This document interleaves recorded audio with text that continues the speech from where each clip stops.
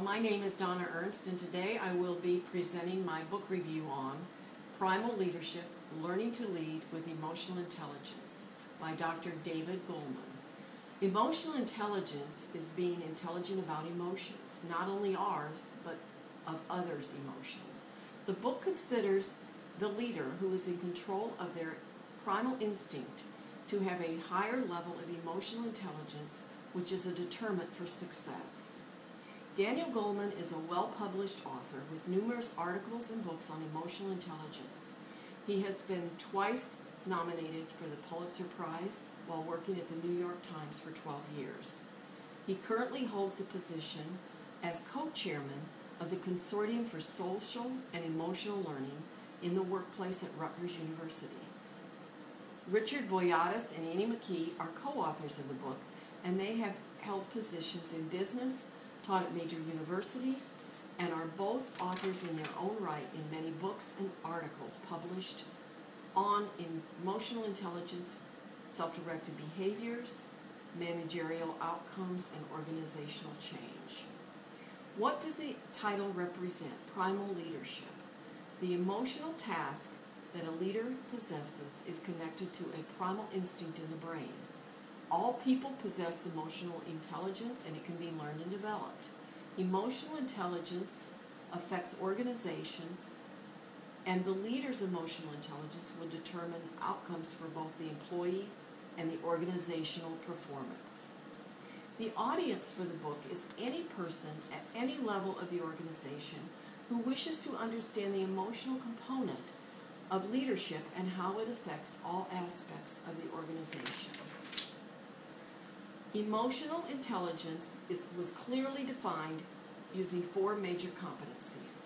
The 4 competencies are considered the vehicles of primal leadership, which in turn determine the emotional intelligence. Self-awareness, self-management, social awareness, relationship management are the 4 components which will distinguish the best leaders who are in control of their emotions and understand the emotional intelligence of their employees.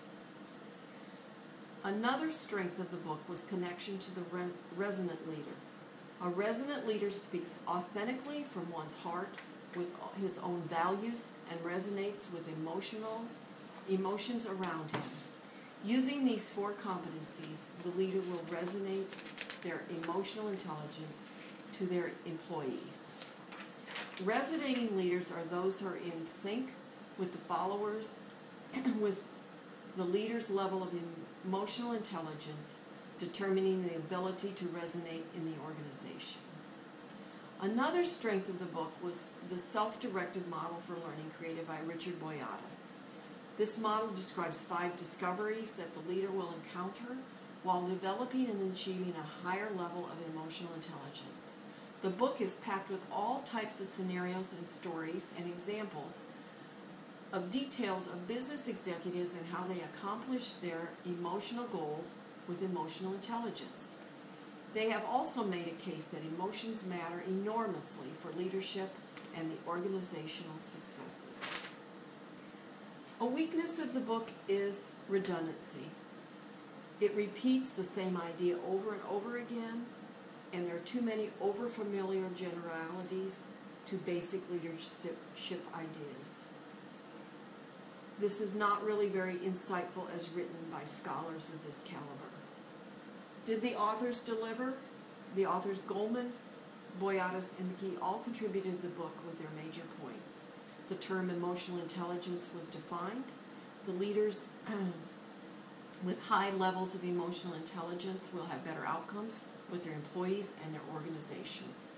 The significance of emotional intelligence on organizational goals, missions, and visions was emphasized throughout the book. Would I recommend the book to be read? I would recommend the book to any leader wishing to learn more about themselves and how their emotions affect their employees and the organizations. But keep in mind there's a lot of repeating of the same idea. Finally, it's time for questions. I also have a PowerPoint presentation to hand out and an agenda. Are there any questions before we adjourn? Thank you for your time.